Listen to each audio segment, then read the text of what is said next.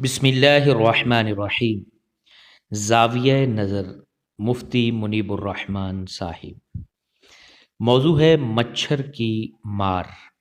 آپ نے میرا چینل سبسکرائب نہیں کیا تو کائنڈلی کر لیجئے۔ مفتی صاحب لکھتے ہیں وائرس ایک لازمی طفیلی ذرہ ہے جو انتہائی طاقتور خوردبین سے نظر آ سکتا ہے۔ اس کی حیات کسی جاندار کے خلیے کی مرہون منت ہوتی ہے۔ یہ اس کے جسم میں انفیکشن کا سبب بنتا ہے۔ وائرس لاطینی زبان کا لفظ ہے، اس کا معنی زہر ہے۔ وائرس از خود زندہ نہیں رہ سکتا، یہ کسی دوسرے جاندار کے خلیے کا ڈی این اے یا آر این اے استعمال کرتے ہوئے زندہ رہ سکتا ہے، اس لیے اس کو لازمی طفیلی اندرونی خلیہ کہا جاتا ہے۔ دور حاضر کے انسان کو سائنسی علم اور مادی طاقت پر بڑا ناز ہے۔ طاقت پر ناز اور رعونت ماضی کی سرکش اقوام کا بھی وتیرہ رہا ہے۔ قرآنی آیات اس پر شاہد ہیں۔ نمبر 1، اور انہوں نے کہا کیا جب ہم ہڈیوں کا ڈھانچہ ہو جائیں گے اور گل کر ریزہ ریزہ ہو جائیں گے تو کیا ہمیں نئے سرے سے اٹھایا جائے گا؟ آپ کہیے تم پتھر بن جاؤ یا لوہا یا کوئی اور مخلوق جو تمہارے خیال میں اس سے بھی بڑی ہو، تو وہ کہیں گے ہمیں دوبارہ کون پیدا فرمائے گا؟ فرما دیجئے وہی جس نے تم کو پہلی بار پیدا کیا۔ سورہ بنی اسرائیل ایت نمبر 50 سے 51۔ نمبر 2، پس رہے عاد تو انہوں نے زمین میں ناحق تکبر کیا اور کہا ہم سے زیادہ قوت والا کون ہے۔ سورہ حامیم السجدہ ایت نمبر 15۔ آج کا انسان بھی اسی عجب و استکبار میں مبتلا ہے۔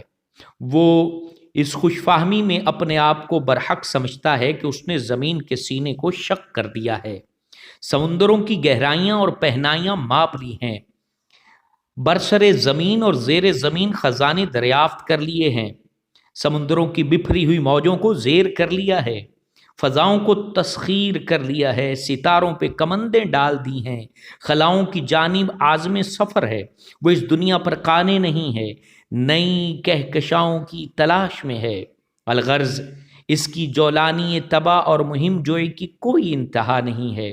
اللہ تعالیٰ ماضی میں بھی سرکش اقوام کو اپنی شان دکھاتا رہا ہے۔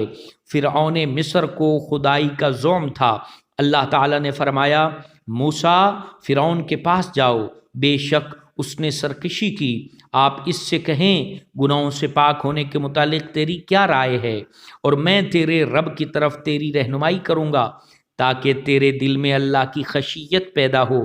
پھر انہوں نے اسے بڑی نشانی دکھائی، پس اس نے جھٹلایا اور نافرمانی کی، پھر اس نے پیٹھ پھیری اور ان کے خلاف کاروائی کی۔ اس نے لوگوں کو جمع کر کے اعلان کرتے ہوئے کہا میں تمہارا سب سے بڑا رب ہوں۔ سورہ نازعات ایت نمبر 17 سے 24 تک۔ اللہ تعالیٰ فرماتا ہے اور جو تم چاہو وہ نہیں ہو سکتا سوائے اس کے کہ اللہ جہانوں کا پروردگار چاہے۔ سورہ تکویر ایت نمبر 29۔ رسول اللہ صلی اللہ علیہ وسلم نے ایک طویل حدیث میں اللہ تعالیٰ کی شان یہ بتائی ہے جو اللہ چاہے وہ ہو جاتا ہے اور جو وہ نہ چاہے وہ نہیں ہو سکتا۔ سنن ابو داؤد 5075۔ آج کے سپر پاور کا سربراہ ٹرمپ بھی یہ سمجھتا ہے کہ وہ پوری دنیا کو نظر انداز کر کے جس کا چاہے معاشی بائیکاٹ کرے، محاصرہ کرے، اس کا ناطقہ بند کرے، اسے دنیا سے الگ تھلگ کر دے۔ ماضی میں بھی طاقت کے زوم میں مبتلا قوموں کو اللہ تعالیٰ نے ان کی حقیقت کا احساس دلانے کے لیے معمولی چیزوں سے سبق سکھایا۔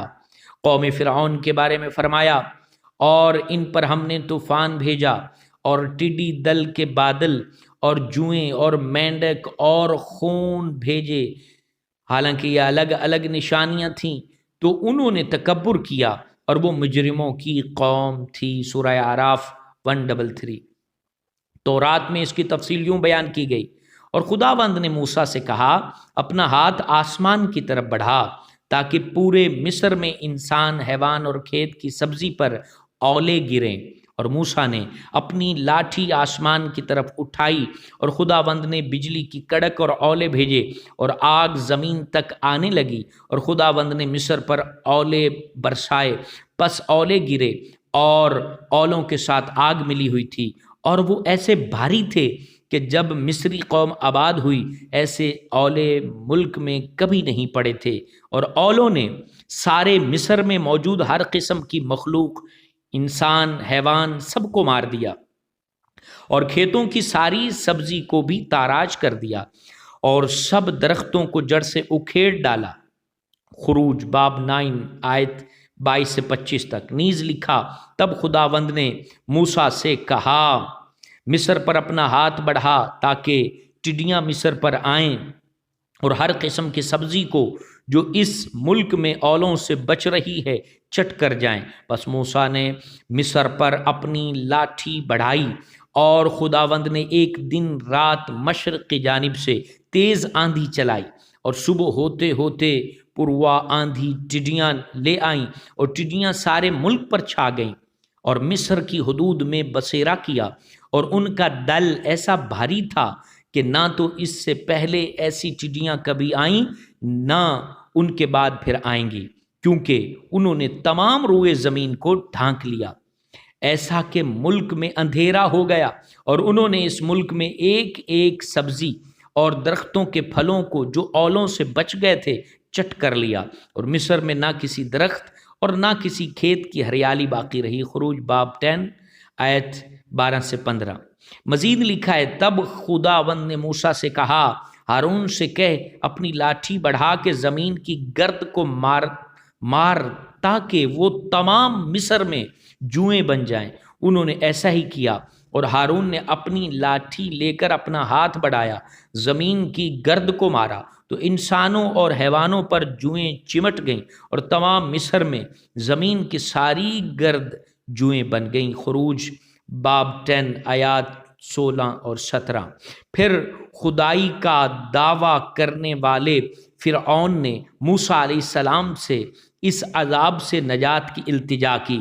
اللہ تعالیٰ فرماتا ہے، اور جب ان پر عذاب آ جاتا تو کہتے ہیں موسیٰ، آپ کے رب نے آپ سے جو وعدہ کیا اس کی بنا پر ہمارے حق میں دعا کیجئے، اگر آپ نے ہم سے یہ عذاب دور کر دیا تو ہم ہر صورت میں آپ پر ایمان لے آئیں گے اور بنی اسرائیل کو آپ کے ساتھ بھیج دیں گے۔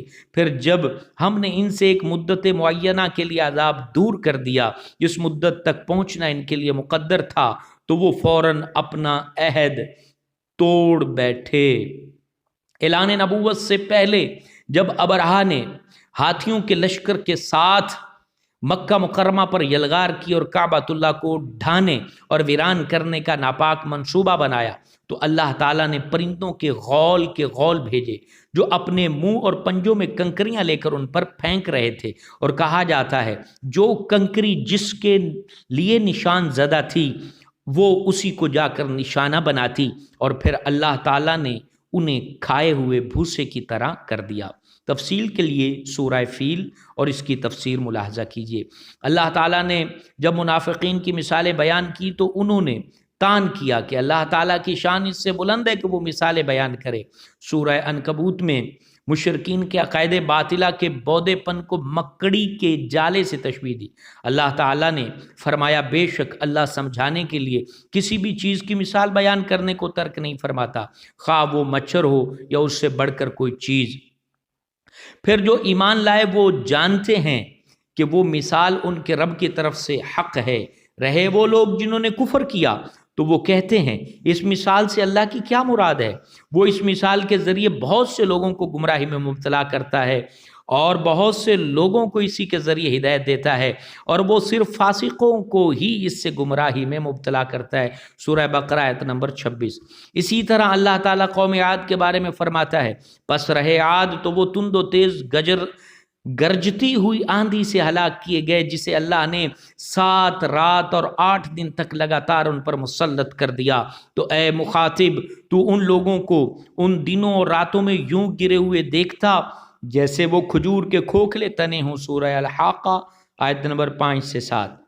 امام ابن کثیر نمرود کے انجام کے بارے میں لکھتے ہیں، زید بن اسلم نے کہا اللہ نے اس جابر بادشاہ کی طرف ایک فرشتہ بھیجا جو اسے اللہ پر ایمان لانے کا حکم دیتا اور وہ انکار کر دیتا، پھر دوبارہ فرشتے نے اسے حکم دیا تو پھر اس نے انکار کیا، پھر 6 بار اس نے انکار کیا اور فرشتے سے کہا تم اپنے لشکر کو جمع کرو اور میں اپنے لشکروں کو جمع کرتا ہوں۔ بس نمرود نے طلوع آفتاب کے وقت اپنا لشکر جمع کیا تو اللہ تعالیٰ نے اس پر مکھیاں اور مچھر یعنی وائرس بھیجے کہ انہوں نے سورج کی روشنی کو بھی ڈھانک لیا۔ اللہ تعالیٰ نے ان پر یہ عذاب ایسے مسلط کیا کہ ان مچھروں نے ان کا گوشت کھا لیا، ان کا خون چوس لیا اور انہیں ہڈیوں کا ڈھانچہ بنا کر چھوڑ دیا۔ ایک مچھر نمرود کی ناک میں گھس گیا اور وہاں 400 سال تک رہا۔ اللہ تعالیٰ نے اسے مسلسل عذاب دیا اس کے ذریعے، اور اس کے کرب کو دور کرنے کے لیے اس کے سر پر اس پورے عرصے میں ضربیں لگائی جاتی رہیں، یہاں تک کہ اللہ تعالیٰ نے اسی مچھر کے ذریعے اسے ہلاک کر دیا۔ قصص الانبیاء جلد 11 صفحہ 188۔ آج کے انسان نے ایسے تباہ کن اسلحے ایجاد کیے ہیں کہ انہیں داغ کر زلزلے کی کیفیت برپا کر دیں، زمین پر ہر قسم کی تنصیبات اور عمارات کو برباد کر دیں، ہر قسم کی حیات کو فنا کر دیں، راکٹ داغ کر خلائی جہاز کو چاند اور دیگر سیاروں پر پہنچا دیں، لیکن اللہ تعالیٰ ہی در حقیقت قادر مطلق ہے۔ وہ اپنی شان دکھانے پر آئے تو نادیدہ حقیر سے مچھر جیسی معمولی مخلوق سے طاقت کے پندھار میں مبتلا انسان کو بے بس کر دے، اسے کچھ بھی سجھائی نہ دے، کوئی تدبیر کام نہ آئے اور ہر قسم کے غرور کو خاک میں ملا دے، حتیٰ کہ سپر پاور کا سربراہ یہ کہنے پر مجبور ہو جائے کہ اگر ہم اموات کی تعداد 1,00,000 تک محدود کر لیں تو بہت بڑی کامیابی ہوگی، اور اس کی ٹاسک فورس یہ کہے کہ اموات کی تعداد 2.5 لاکھ تک جا سکتی ہے۔ الغرض اللہ تعالیٰ ابابیل سے فیل اور مچھر سے نمرود کی فرعونی قوت کو بھی نابود کر سکتا ہے۔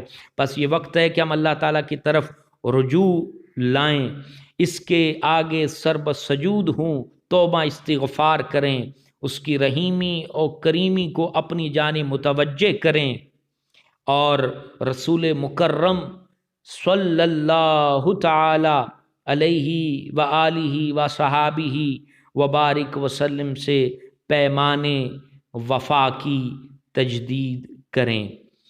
اللہ تبارک و تعالی مفتی اعظم پاکستان حضرت علامہ مولانا مفتی منیب الرحمن صاحب زیدہ مجدہ کی عمر دراز فرمائے، صحت کاملہ ان کو عطا فرمائے۔ آپ کا یہ کالم 6 اپریل 2020 روزنامہ دنیا میں چھپا، جو میں نے آپ کے سامنے پیش کیا۔ آپ اس کو آگے شیئر کر دیں تاکہ زیادہ سے زیادہ لوگ مستفید ہوں۔ شکریہ۔